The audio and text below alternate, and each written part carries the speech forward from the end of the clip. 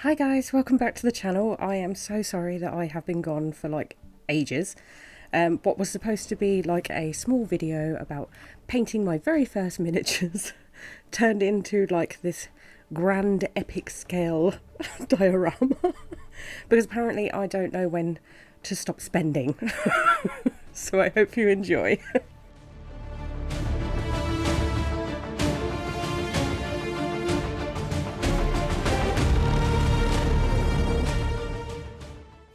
So this is where it all started. I bought my very first set of banshees from the Age of Sigmar range. Cost me a tenner. I thought, great, it's going to be a nice, quick, simple, tiny little diorama where I can paint these rather cool looking ghosty banshees. Well, this started off something. I don't know what it was, but it started off something. the enjoyment of painting just kept me buying. So be very careful if you get into the Age of Sigmar range or like Warhammer in general, because I feel like a very expensive hobby is coming. I guess I should really talk about like the things that I'm doing. I bought a easy build set because I had no idea what I was doing. Like I said, cost me a tenner, nice and cheap.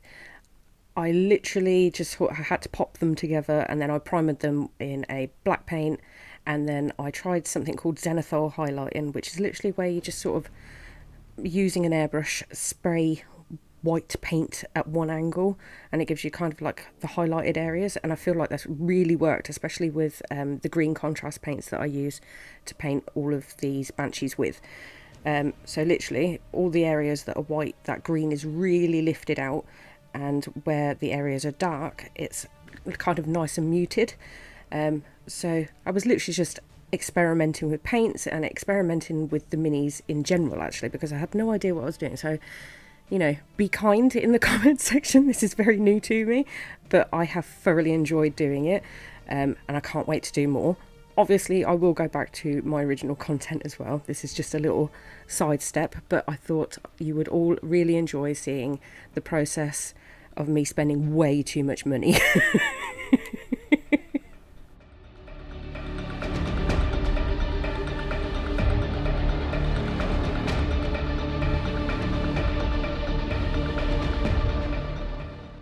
Once I'd finished painting all of the minis, obviously I'm not going to show you every single banshee, I use the same process for each individual one. I looked at them and I was just like, these are so cool. And they need a really cool base, so I decided to leave like their miniature bases until the end, and I'd recreate their little bases onto a main base. But then my brain went, well, what other Nighthaunts can we get? And then I went, well, I don't know, how about we just spend £80 on this great big coach? They'd look great around a coach. So I bought the black coach, and then I opened it and I was just like, Jesus Christ, this is not the easy build banshees that I've just done. It's bloody huge. And I have to admit, this took me a very long time to build, because obviously I wanted each piece to be perfect. So as I cut them from like their plastic thing, I made sure that each piece was nicely sanded, and then I realised that I needed like the specialist glue, because the glue that I used on the banshees, although it worked fine, I needed like pinpoint precision for this thing. So yeah, it turned into a very big build in the end because I bought this bloody coach. But I'm so glad that I did, because me being me, I learn from experience, and I learn from just going big from the outset. I don't think things through, and I hope that you guys watching really enjoy what I've made. But if you're going to do this, perhaps just stick with the tiny banshees to begin with, because this is hard. Nobody explained to me that these things take a lot of time. So I'm explaining it to you. If you buy this kit, it's going to take you bloody ages to put it together. However, it's amazing when you do. And on top of that, pre-plan your build. Now, I, for some magical reason, for the first time in my entire life, actually thought about how I was going to paint this great big coach. And it occurred to me that I'm not going to be able to get my paintbrush into all these tiny little nooks and crannies if I built the entire thing all at once. So I built it in sections that I knew I would be able to handle painting. So if you're going to buy one of these and spend extortionate amount of money, build it in stages.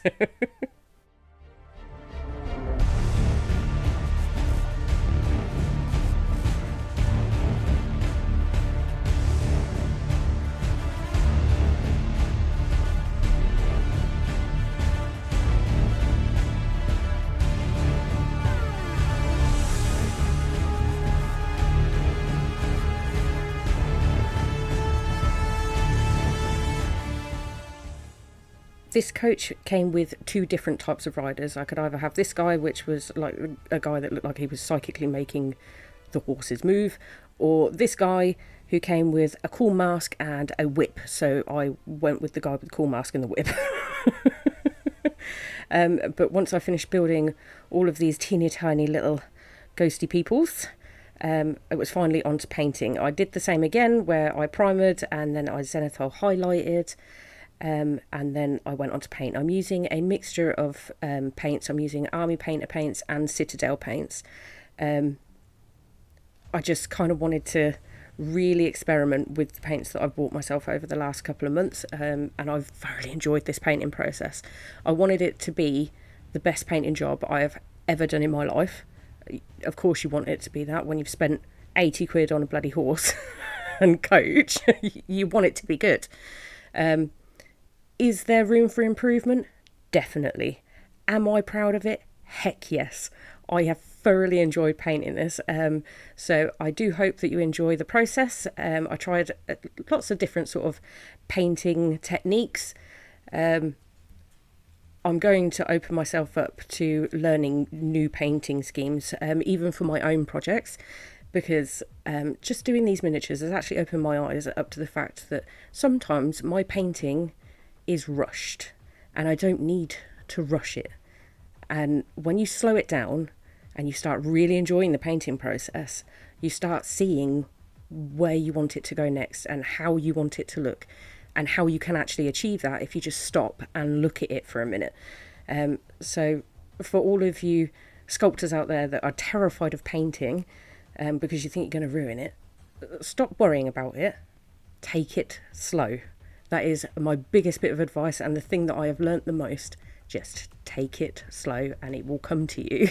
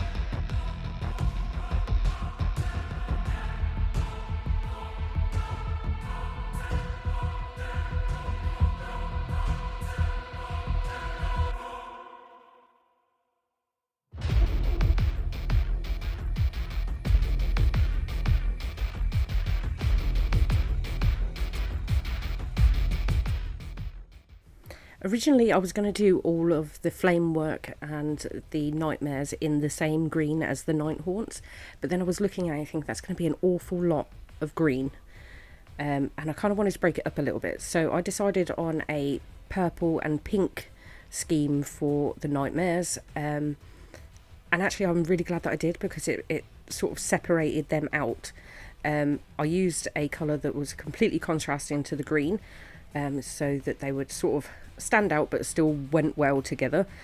But I'm really glad that I chose a different colour scheme. So I went with a purple fast paint by Army Painter, which it's really good. It has really good coverage. With the zenithal highlight in, it worked really well, but I felt like it was really, really flat as well. So I ended up going over that with some white dry brushing, and then I went over in Citadel's magenta pink, which I feel like gave it a little bit more depth, and I could see the two different tones, the purples and the pinks were in there. And then I literally went in and highlighted with a mixture of the Citadel magenta again with some white scar. And then I'm using like this bone colour for all the bony bits. And then I do cover those in some Earthshade, which is another contrast paint. I am literally learning how to use all these different types of paints. I had to YouTube the hell out of all these different paints. I bought them not really knowing what they were, and yeah, I've had to have like this major YouTube rundown of how to use everything that I've bought. So as a beginner painter, I hope I'm doing all of you veteran Age of Sigmar people some justice. I hope I'm not upsetting anyone. Just know that I have a great amount of respect for some of the works that I see out there. I was scrolling through TikTok and oh my goodness, there are some amazing artists out there that I hope to one day be achieving. But, you know, right now I am just very happy what I have made. So I thought I'd just share it all with you guys.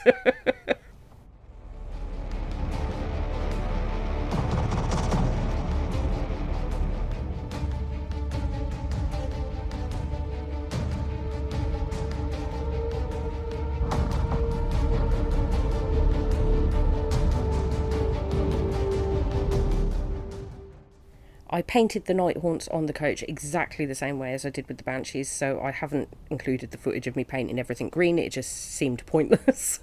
But I have included the footage of like all of their tiny little accessories, like his scythe and, you know, the cup that the other Nighthaunt and the book and all the tiny little details. I've kept those bits in, but for time's sake, I cut out all of the greening. I figured you didn't need to see more green paint.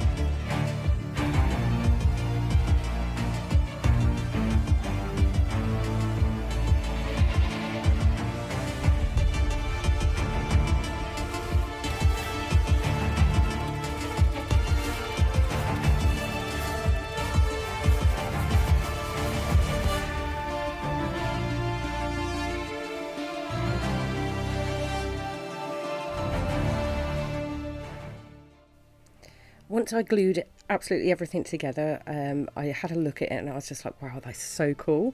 But it only came with 2 little headstones, so I decided I was going to sculpt some more headstones. So I'm just using some polymer clay. This is Sculpey Living Doll. It's the first time I've ever used it. It's actually quite soft. I think I prefer original. People rave about this polymer clay, and I don't find it that great, but it does blend well. So I guess for making like doll faces and whatnot, it's very good. But for making teeny tiny head stones, I found it quite difficult to work with. But yeah, I made those, stuck those in the oven to bake, and then of course I finished painting. I need more. So I bought another one. I ended up buying grimhailer, mainly because one of my friends on Facebook, I'd shown what I was building on my own personal profile, and he turned around and he showed me what he had been doing, and I was just like, wow, that's really cool. It would look great on my diorama. So off I went again onto the internet and purchased another one. At this point, my other half, he kept looking at me when all these deliveries kept coming, because obviously they kept turning up with paints as well, and he was just like, you need to stop now. So I made this my last purchase for now. But yeah, I decided to buy, look, it's so cool, he's got wings. I bought grimhailer as well. I liked him. So this is how it became so big. It was supposed to be a fit in the palm of your hand size diorama. It turned into fits on my desk size diorama.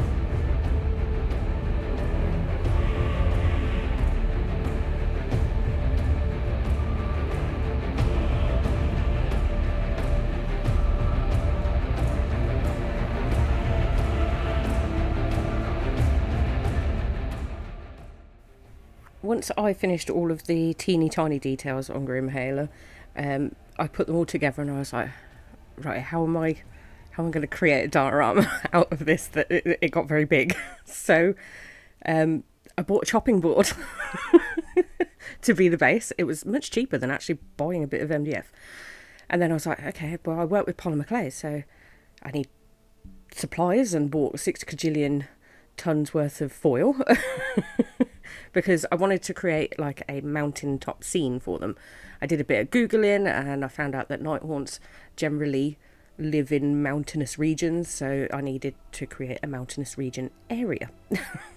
So I literally built a mountain out of tinfoil and then covered it in Fimo.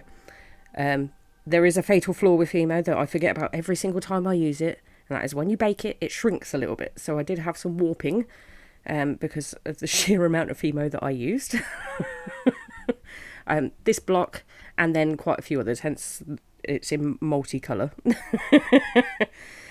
So I laid out where I wanted all of my banshees and where I wanted my coach, and then I kind of had to build around them. Although I wanted my banshees to be sort of sat inlay, I wanted to make sure that they were all still on their bases so that they could be used in a game if you wanted to play with them.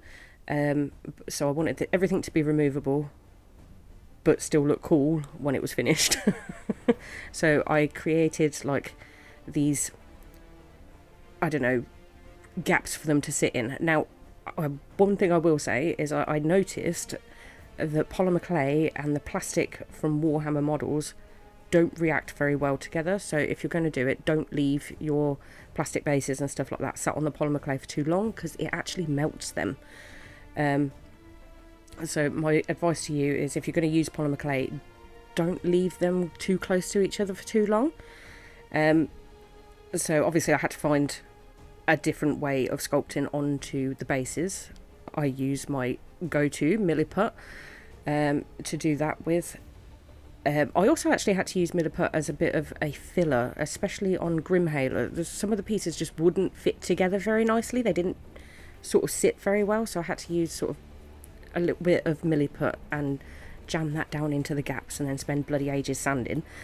The pieces don't react to the milliput at all, so that was great. However, don't leave them to dry on there like I did, because then you've got to fight to get them off.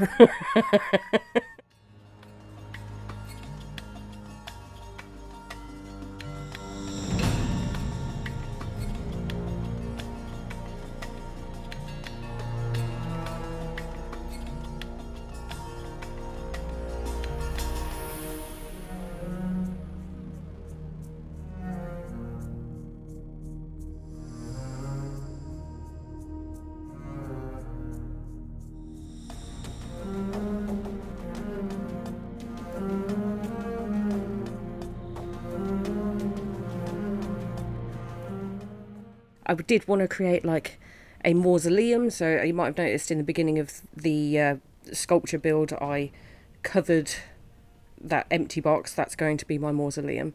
Then artsy fartsy Sarah went, there needs to be a portal. Where are all these Nighthaunts coming up from? Obviously my brain didn't go from the ground, you idiot. No, it was like, it needs a portal. So I made a portal. I literally am sculpting over what is like a mobile children's toy thing, a craft thing that I found in the shop. Sculpted that, put it in the oven to bake, and then I used a bit of UV resin to glue it down, and then started this very long-winded artsy fartsy piece that I don't actually like. The concept was great, but I don't like it.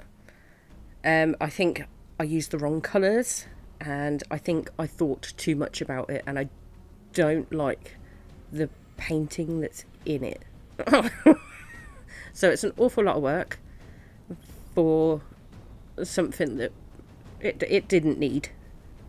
But obviously it's me, so I like to create myself loads of work. I also found that I put way too much pigment in the screen, and it took me 12 kajillion years to get it to cure. That was the first part of the fight. The editing makes it look great. It's really fast, you know. I go from this to painting. I spent bloody ages trying to get that to cure. Then I decided I was going to paint like what I can only assume is the leader of the Nighthaunts, Lady Oleander.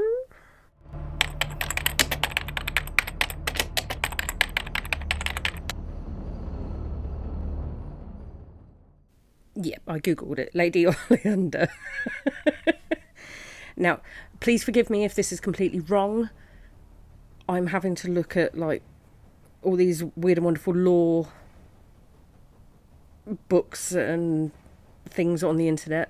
I'm so new to it. I don't know how to play the game. I'm not going to lie. This is, for me, purely a paintive perspective. It's a hobby that I'm learning and I'm going to start enjoying. And, maybe one day I'll learn how to play the game. Right now, I'm just trying to figure out the lore. There is so much. The lore is immense. Anyhow, I wanted her to be, inside the portal and then have some Nighthaunts kind of swirling around the edges as if they are on their way out of the portal. Now, the idea was that I would create a layer of resin, add a new Nighthaunt, another layer of resin, add another Nighthaunt to try and give it some depth, but I feel like it just got really lost. It fell very flat again. But it's all part of the learning experience, and I really enjoyed doing it nonetheless. I always enjoy painting, so I feel like this is a very painty episode to my channel. I'm very sorry if you don't like painting. Go watch one of my other videos. There is loads of sculpting in all of the other ones. But, watch this one too. Watch this first and then go and watch all of my sculpty videos.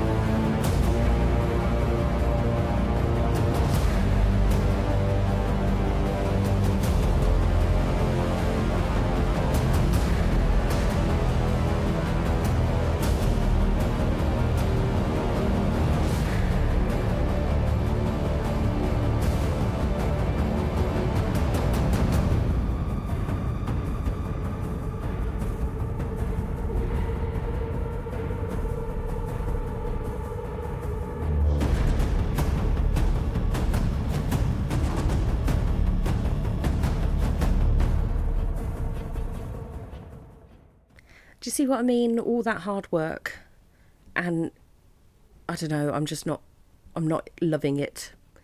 And then on top of that, I had to figure out how I was going to attach it to my mountain. So I ended up having to make more mountain, which took a ton more foil and a ton more Fimo. So yeah, after I've done that, I baked everything. Resin included. I do actually have a safe oven. I don't use my home oven, so if you're going to use a home oven, definitely don't put resin in it. But yeah, baked all of that, and then I decided I was going to add some of my details because I irritated myself spending days painting something that I didn't need to do.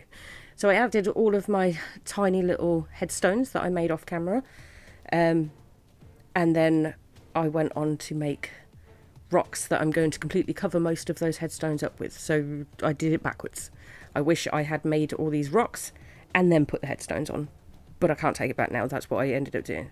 To make lots and lots of rocks, I used my tried and tested method of scrunching up loads of foil, turning it in, or unscrunching it, turning it into a little bowl, and then adding a ton of plaster of Paris. Literally tons and tons of plaster of Paris. It's very, very cheap, and it makes great rocks. So you do not need to spend an absolute fortune on moulds. This method really works. And then you get like the really fun bit of peeling all of that foil off. I really enjoy this bit. But you end up with like these big slabs of rock that you just get to smash up afterwards, and you'll end up with loads and loads of little rocks. But then I did run into the issue of how to glue said rocks onto the polymer clay. I started off with super glue, but found that didn't really work. Then I moved on to hot glue, and I got halfway around, and then I thought, oh, that's not going to work, because when I put it back in the oven, it's just going to melt. It's going to be like a pool of glue. So I ended up filling up all the gaps with some wet plaster of Paris, which actually worked great. And then I went on to sculpt my mausoleum. I started putting in the tiny details, which for me is the fun part. When you start working on all the little stuff, the big stuff can feel really long and monotonous, but when you start working on all the little stuff, you start seeing it come together, and you can start seeing that image that you want. So this is the part where I start really enjoying myself.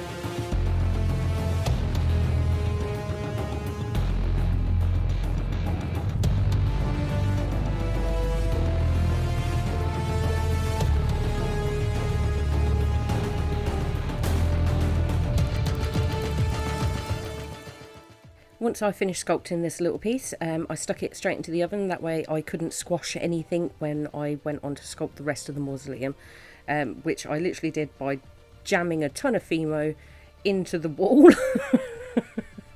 and then shoving the triangular piece on and then cutting it to size. It just felt like the best way to do it. It works absolutely fine.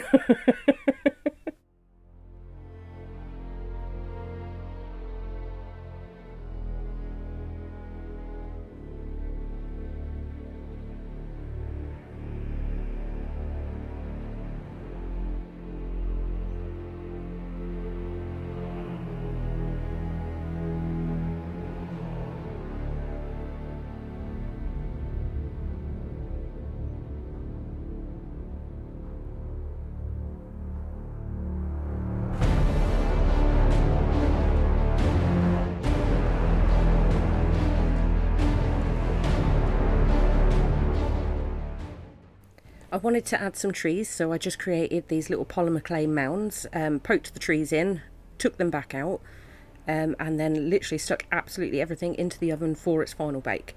It was amazing. I finally got there. I added some teeny tiny details like these tiny skulls.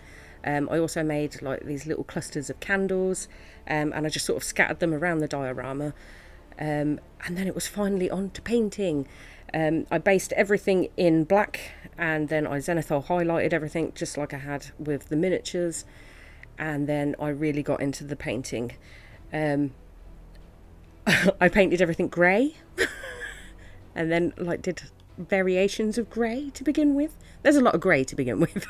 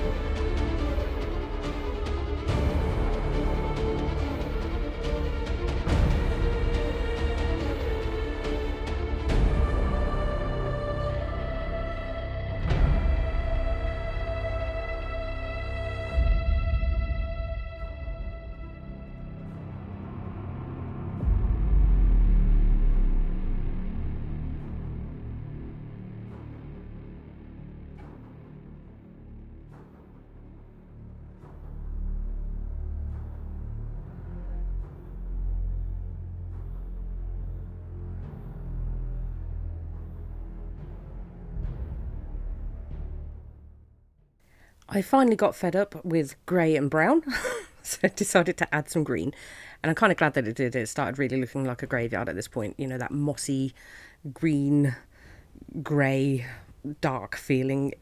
It started coming alive at that point. I added green in all of like the nooks and crannies around the pavement, and I added like a really, really thin green wash to all of the grey mountainside as well, just to break up some of that grey. And then I decided to paint the mausoleum because I was so fed up of grey that I went with a blue grey and a silver grey. So much grey. Yeah, it started getting boring at the painting stage with all the grey as well, but once I started getting into like the finer details, it started to feel fun again. So like painting the candles and all the tiny skulls, I started enjoying the painting again.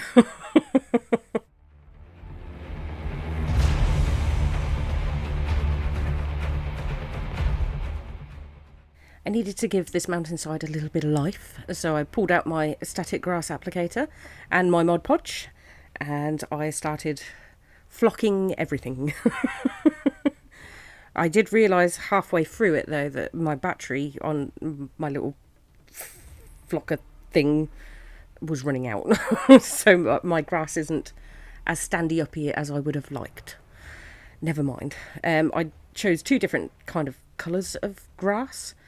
It doesn't really matter because I am literally going to cover it all up shortly in like snow effects, but I kind of wanted it there because I feel like in a real snowy terrain, if there is grass, the grass still kind of sticks up through the snow. So I still added all of my mosses, my grasses, the same as I would for a normal diorama, and then I covered everything in the snow. It was a very long-winded process, and I probably didn't need to. I could have just added the snow. I also wanted to add a few little cool details, so I added like this little skull flamey thing, and obviously it's not really a Nighthaunt place if there isn't chains everywhere, so I found like this bundle of cheap chains online, bought them, and literally just attached them all over the mausoleum and a little bit over my portal thing, and then went on to snowing everything. Literally, I just mixed my snow with some Mod Podge and then slathered the entirety of the diorama in snow.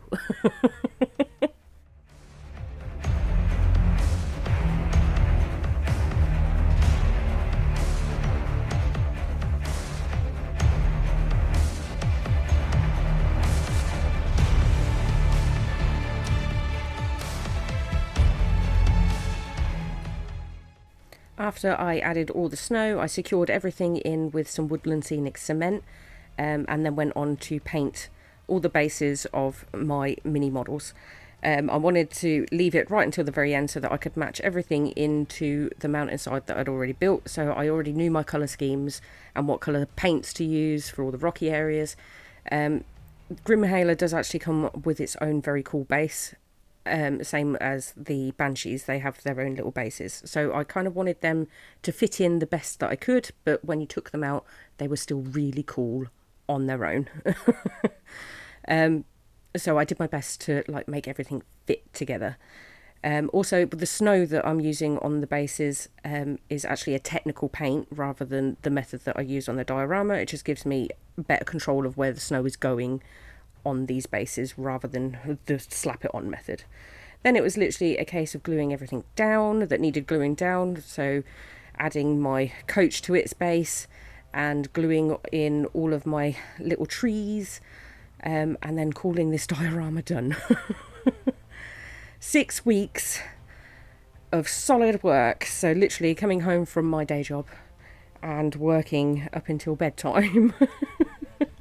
I have finally finish this diorama. If you're still here and still watching, thank you so much, and I really appreciate you. It's been a very long video. I hope you have enjoyed watching. If you did, then please do take a minute to like, leave me a comment, and subscribe if you're new here, because Lord knows I love a new subscriber. Thank you very much, guys, and I will catch you in the next one. Bye!